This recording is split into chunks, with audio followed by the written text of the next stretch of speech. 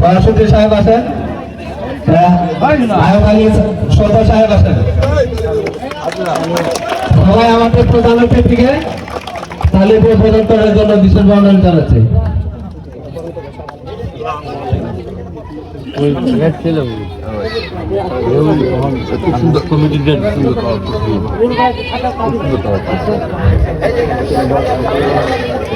এখন সেলিম ভাই আমাদের প্রধান অতিথিকে ফুল দিয়ে প্রদান করবেন।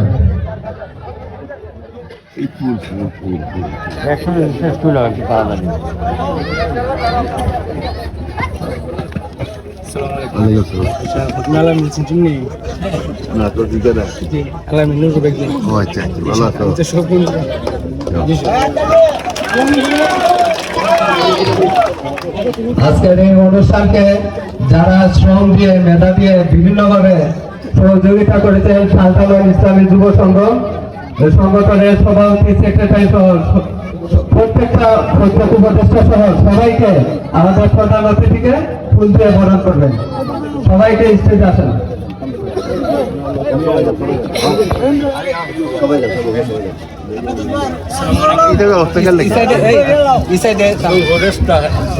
সবাই করতালি দিয়ে বরণ করে নেন আমাদের প্রধান অতিথিকে।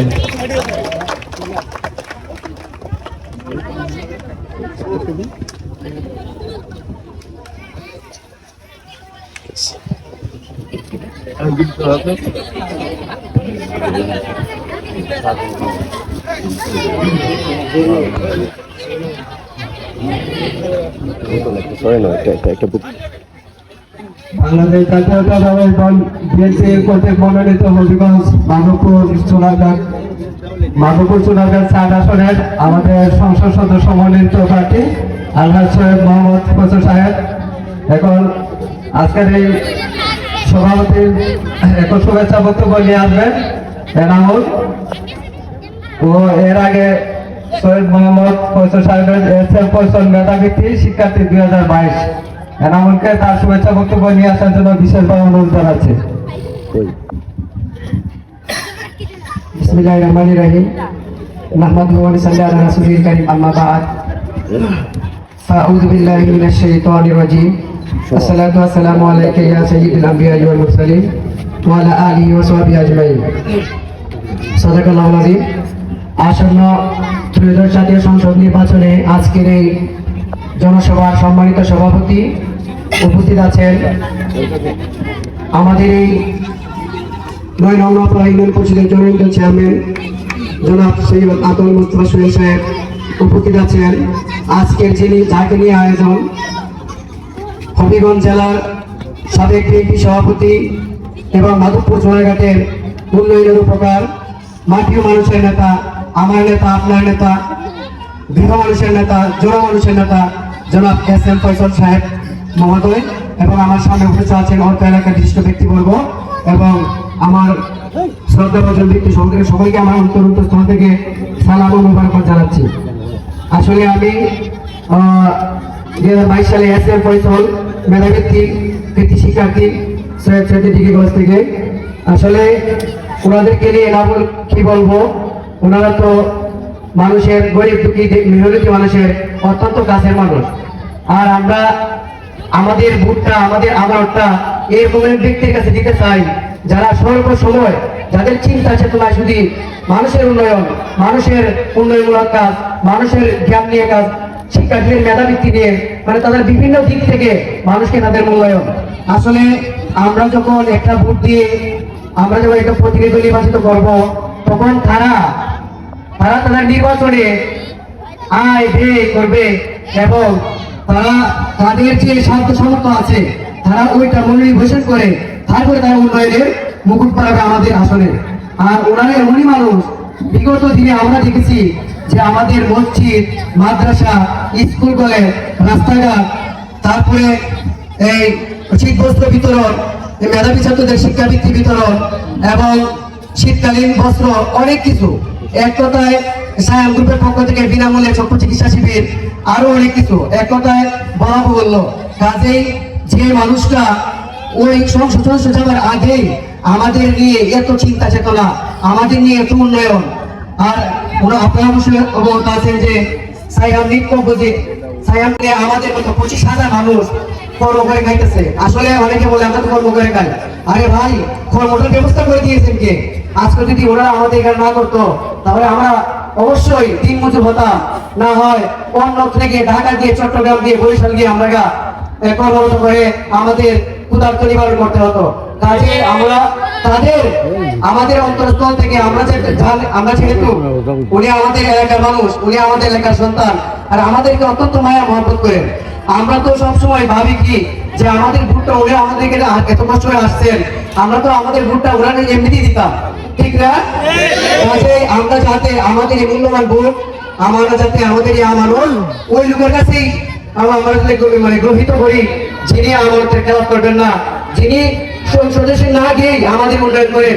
কাজে ওনার কিন্তু সংসদে যাবে, বাজেট হবে, এখান থেকে ওরা আমার মনে হয় না যে একটি পরিবার কোনো কিছু উনি সাধ্যের মধ্যে গ্রহণ করবে, সমস্ত কিছুই আমাদের আপনাদের মধ্যে দিয়ে করবে। কাজে আমি আর আমার বক্তব্য দীর্ঘায়িত করছি না, আমি সর্বসময় একটি কথাই বলবো, লাস্টে আমার একটি কথা, ওনাদের আমাদের উত্তর নগর একটা মসজিদের উন্নয়নের কথা বলি। যখন আমাদের মসজিদের উন্নয়নমূলক কাজ হয়, যখন ভিত্তি স্থাপন হয়, ওনারা লোকেরা এসে প্রদর্শন করে আমাদেরকে 3 লক্ষ টাকা দিয়েছিল। আর আমাদের মসজিদের কাজ একদম শেষ মুহূর্তে এসে পৌঁছে গেছে, শুধু অল্প একটি কাজ বাকি আছে। যদি ওনার আবার একটু সুদৃষ্টি থাকে অবশ্যই এটা সফলভাবে সম্পন্ন হবে। আমার এই ক্ষুদ্র বক্তৃতা এখানে শেষ করছি। আসসালামু আলাইকুম। আর আপনারা সবাই ধানের শীষে ভোট দিবেন।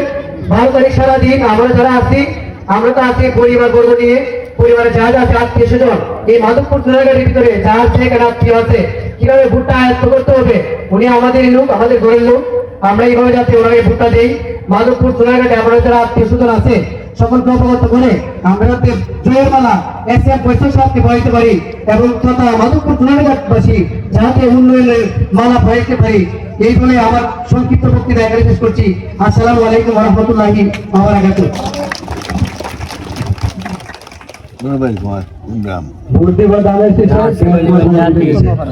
আমি দেখতে পাচ্ছি আমাদের এই নির্বাচনী সভাকে সফল করার জন্য বাংলাদেশ জাতীয়তাবাদী দল বিএনপির বিভিন্ন অঙ্গ সংগঠনের নেতৃত্ব ইতিমধ্যে উপস্থিত হয়েছেন। এখন আমাদের সামনে বক্তৃতা নিয়ে আসছেন ফেরদৌস আলম। ফেরদৌসকে তার বক্তৃতা দেওয়ার জন্য বিশেষভাবে অনুরোধ জানাচ্ছি।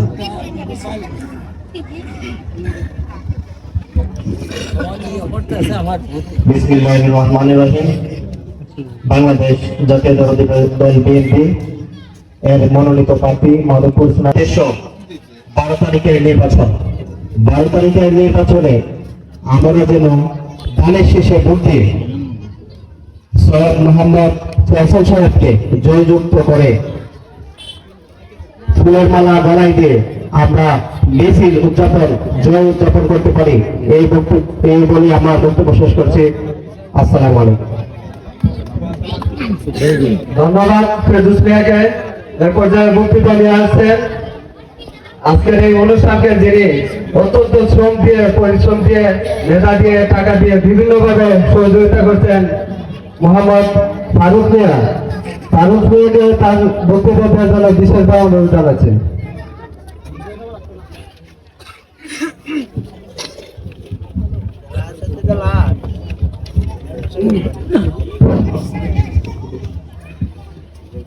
আজকের এই সভার সম্মানিত সভাপতি ও প্রধান অতিথি ও মুরব্বিয়ান ও শ্রদ্ধেয় মুরব্বিয়ান ও দূর দূরান্তর মেহমানরা, সবাইকে আসসালামু আলাইকুম। আজকে আমরা যারা উপস্থিত হয়েছি সবাই জানি ইনশাআল্লাহ আমাদের ফয়সাল সাহেব মাধবপুর উপজেলার আমরা একজন নেতা। উনি আমরা যখন ছোট আমরা বাচ্চা থেকে আমরা এবারে দল করি বলতে আমরা হইলাম 7 বারের দল।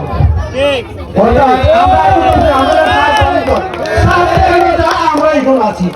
আর বিশেষ করে আমরা এলাকার কিছু মানুষ আছে, আমরা এখানে আগে মুরব্বী আর নাই, এখন বর্তমানে আমরা 2-3 জন মুরব্বী আছে, 2-3 জন মুরব্বী আছে। আমরা হাজি পালান সাহেব, হাজি তালেবুদ্দিন, হাজি রহিস্ত সাহেব, বর্তমানে এখন আমরা উত্তর নগর গ্রামের মধ্যে এই 2-3 জন মুরব্বী, হাজি আলাউদ্দিন সাহেব, আজি নুরুদ্দিন সাহেব এই মাত্র আমরা মুরব্বী কিন্তু আমরা পেয়ে গেছি একটু মহা মুশকিল মুরব্বী কম কিন্তু আমরা পুরা মানে প্রোগ্রাম আইসা পড়ছে আর আমরা ইনশাআল্লাহ ধরে রাখতে পারতেছি যে অন্তত পক্ষে আমরা যে সামনে আমরা মুরব্বী ধরে রাখছি আমরা পুরা মানুষ চাইতেছি ইনশাআল্লাহ আমরা এই বয়সের সাথে আমরা তো ওখানে পাইছি ইনশাআল্লাহ ধরে রাখতাম নীতি দাদাটা আমরা জাতিকার না যায় আপনারা আমরা পয়সার সাথে এখানে আসছে আপনাদেরকে খুশি না বেজা খুশি না বেজা আপনারা সবাই বলছিলেন যে আমরা পয়সার সাথে দেখতাম সবাই তো আসলে দেখি না আমরা সামনে কিন্তু আমরা আজকে এখানে আছি আমরা মহা আনন্দিত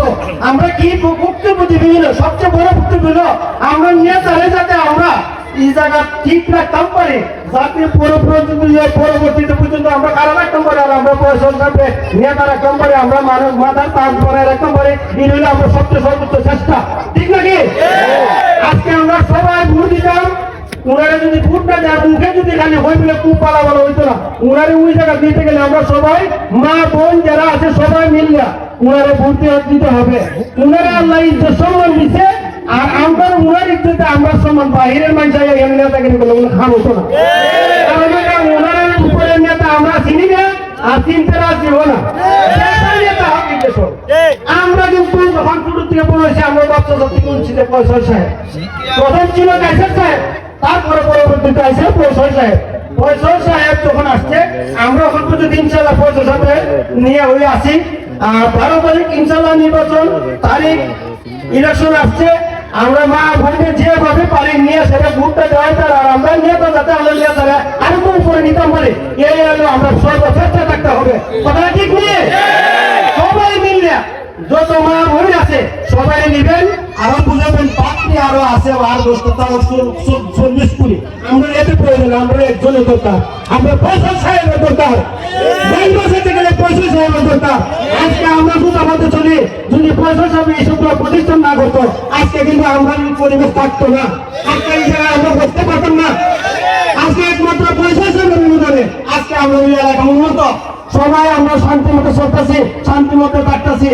একজন মানুষের যে উপকার আমরা করছে এটা বলার মতো না আর আমরা সাধারণত পয়সা লাগে না শুধু ঠিক দিতাম না সামনে বুট পাইতো ওনারে আমরা সর্বোচ্চ সর্বস্থানে আমরা দিতাম এই হলো আমরা আশা হ্যাঁ সবাই যদি আমরা আশা করি ইনশাল্লাহ পয়সার সাথে ভোট দিব দেয়া সেটা ওই জায়গা নেওয়ার মতো ইনশাল্লাহ যাতে উনার বিচ্যুতি না হয় আমরা চেষ্টা করতে উনার কোনো টাকা পয়সার কোনো অভাব নাই উনার আমরা যারা আওয়া লাগে না আমরা ইজ্জত আছে উনার আমরা এমনি বাড়িতে যেতাম উনার কোনো এখানে আইসে না যে উনার ইম্পেক্ট দিয়ে কিছু টাকা পয়সা বানাই আনি বড় লোক হতে পারে উনারা আল্লাহ দিছে আমরা অঞ্চলের উনার আল্লাহ বড় লোক বানিয়েছে আমরা ওনারা বড় মানে মান্য গেছি মানবো ইনশাল্লাহ হ্যাঁ কথাটা আপনারা সব মনে রাখবেন এগুলো কথা যাতে একটা ভোট কোনো দিকে না আসলে সর্বপ্রথম হলো ভোট এখানে আজকে হলে কোন আলাপ আলোচনা হতে পারে ওনারা যে অনুদান আমরা দিছে ঈদগাহ মাদ্রাসা কোন জায়গা বাকি নাই কম বেশি ইনশাল্লাহ দিয়ে গেছে আমরা ওই আগে একটা বক্তব্য করে গেছে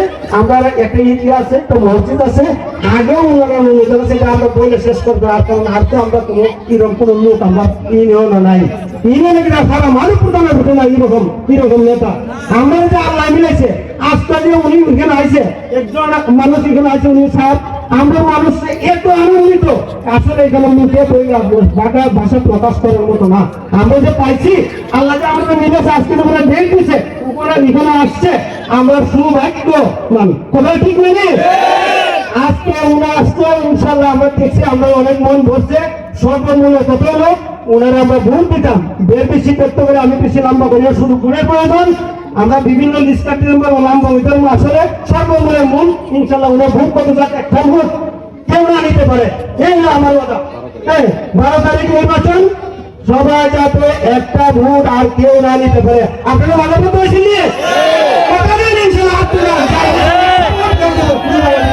আমরা আছি ইনশাল্লাহ এই বলে আমি বক্তব্য শেষ করছি হ্যাঁ আমরা সকলে মার্কাকে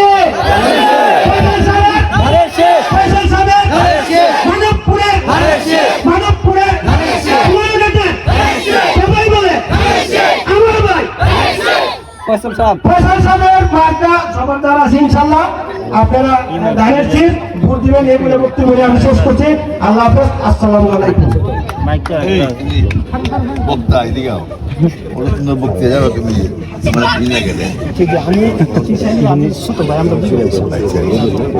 ভালো বক্তৃতা আমরা বাপ থেকে আপনাদের প্রতি শ্রদ্ধা এখন আমরা আমরা সাবের দৌড় করি আমরা যে সময় বলে থাকি সাহেব যে আমরা সাবের দৌড় করি খুব কোনো চেষ্টা তো আমরা সাব চেষ্টা আমরা সাবের দৌড় ধন্যবাদ খান সাহেবকে অত্যন্ত প্রাঞ্জল এবং সুন্দর বক্তৃতা দেওয়ার জন্য। আমরা আসলে অত্যন্ত গর্বিত যে আমাদের আজকের এই সভারত্ন প্রধান অতিথি সৈয়দ মোহাম্মদ কৌশল সাহেবকে আমরা কাছে পেয়েছি, দেখতে পেয়েছি। আমাদের গ্রামের মানুষের একটা অভিমানী ছিল যে আমরা আমাদের প্রাণের মানুষ, আমাদের মনের মানুষ, আমাদের নয়নমণি, আমাদের বোধ ভিক্ষ সৈয়দ মোহাম্মদ কৌশল সাহেবকে সবাই দেখত।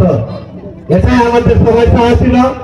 আমরা কোনো কিছু পাওয়ার নাই, আমরা শুধু ওনাকে দেখারই আনন্দ না, এই আনন্দটা আমরা দেখতে পেয়েছি। তার জন্য আমরা ওনার কাছে অনেক কৃতজ্ঞ এবং ওনার কাছে সুখিয়া যে আমরা ওনাকে দেখতে পেয়েছি। বিশেষ করে আমাদের উত্তরাপাড়া গ্রাম অত্যন্ত গর্বিত এবং কিছু কিছু দিকে আমরা অবহেলিত আছি। বিশেষ করে আমাদের গ্রামটা, এই গ্রামের নামে এই নোয়াপাড়া ইউনিয়ন, কিন্তু এই গ্রামটা অনেক অবহেলিত। আমাদের গ্রামে একটা শিক্ষা প্রতিষ্ঠান, সরকারি শিক্ষা প্রতিষ্ঠান নাই। বিশেষ করে আমাদের গ্রামে এনজিআরটি রুট আছে, কিন্তু কোনো ধরনের বুঝ হয় নাই। অল্প পরিসরে রাস্তা হয়েছে।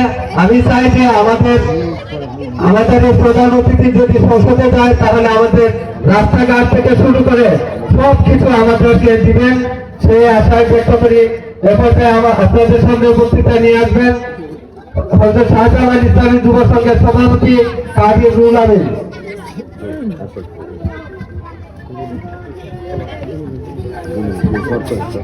আসসালামু আলাইকুম ওয়া রাহমাতুল্লাহি ওয়া বারাকাতুহু। ইন্নাল হামদুলিল্লাহ ওয়াসসালাতু ওয়াসসালামু আলা রাসূলিল কারীম, আম্মা বা'দ। উপস্থিত আজকের এই মঞ্চের প্রধান অতিথি সাহেব এস.এম. ফয়সাল সাহেব এবং বিশেষ অতিথি আমার সামনে উপবিষ্ট